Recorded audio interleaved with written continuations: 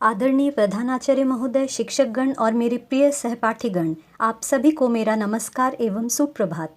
जैसा कि आप सभी जानते हैं कि हम सब आज अंबेडकर जयंती पर बाबा साहेब अंबेडकर को श्रद्धांजलि अर्पित करने के लिए यहाँ एकत्रित हुए हैं। मैं आज के महत्वपूर्ण दिन पर आपके समक्ष अपने विचार प्रकट करने का मौका पाकर अत्यंत गौरवान्वित महसूस कर रही हूँ। अंबेडकर जयंती या भीम जयंती को भारत में किसी त्योहार से कम नहीं माना जाता है। इसे हर साल न केवल भारत में बल्कि अन्य कई देशों में भी हर्षोल्लास के साथ मनाया जाता है। डॉक्टर अंबेडकर का पूरा नाम भीमराव रामजी अंबेडकर था और उनका जन्म 14 अप्रैल 1891 को भारत के महू नगर, वर्तमान मध्य प्रदेश, सैन्य छावनी में हुआ था। उनके पिता का नाम रामजी मालोजी सकपाल था और मां का नाम भीमाबाई था। वे अपने माता पिता के 14वीं व सबसे कनिष्ठ संतान थे।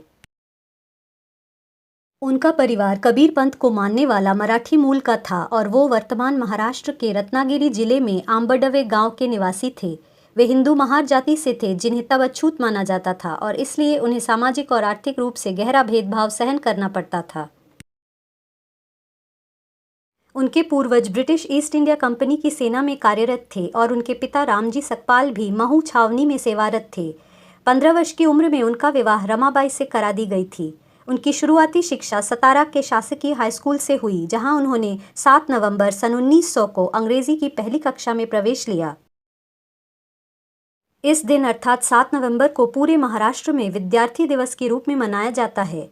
सन 1907 में उनका परिवार तत्कालीन बम्बई चला गया, जहां से उन्होंने मैट्रिक की परीक्षा उत्तीर्ण की। इसके बाद सन 1912 को उन्होंने अर्थशास्त्र और राजनीतिक विज्ञान में बीए की डिग्री प्राप्त की।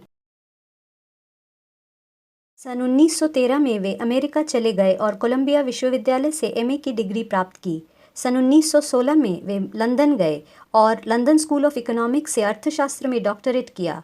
सन 1922 में उन्होंने बैरिस्टर की डिग्री भी प्राप्त की। अतः हम देखते हैं कि वे एक अत्यंत मेधावी छात्र और बहुमुखी प्रतिभा के धनी थे। अंबेडकर अपनी पढ़ाई समाप्त कर सन 1923 में भारत लौटकर आए। उन्होंने भारतीय स्वाधीनता संग्राम में सक्रिय रूप से भाग लिया।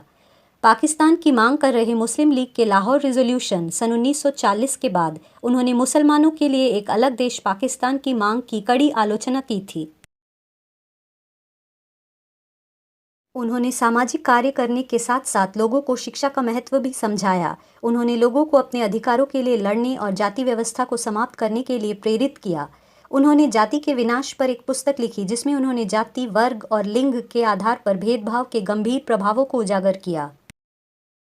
सामाजिक कार्यों में उनकी सक्रिय भागीदारी के कारण लोगों ने उन्हें बाबा साहेब के नाम से संबोधित करना शुरू कर दिया।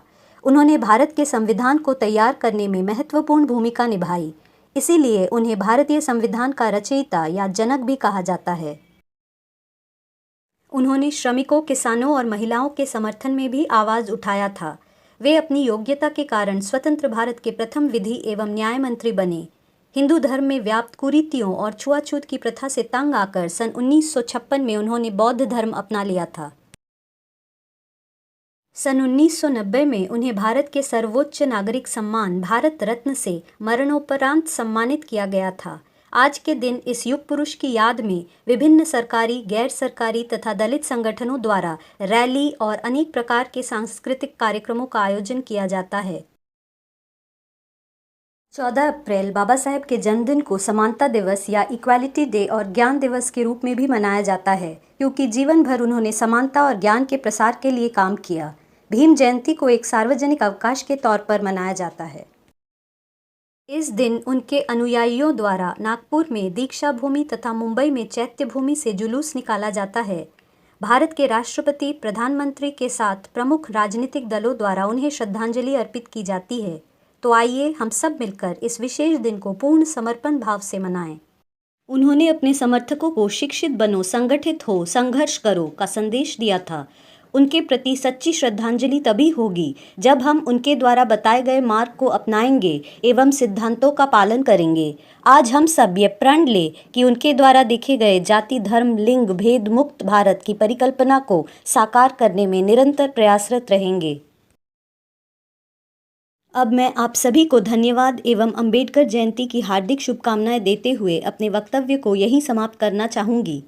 तुम इतिहास पुरुष, भारत के संविधान निर्माता, गणतांत्रिक व्यवस्था पोषित, जन जन के भाग्य विधाता, तुम्हें कोटि कोटि प्रणाम हे भारत माँ के महान संतान। जय भीम, जय भारत।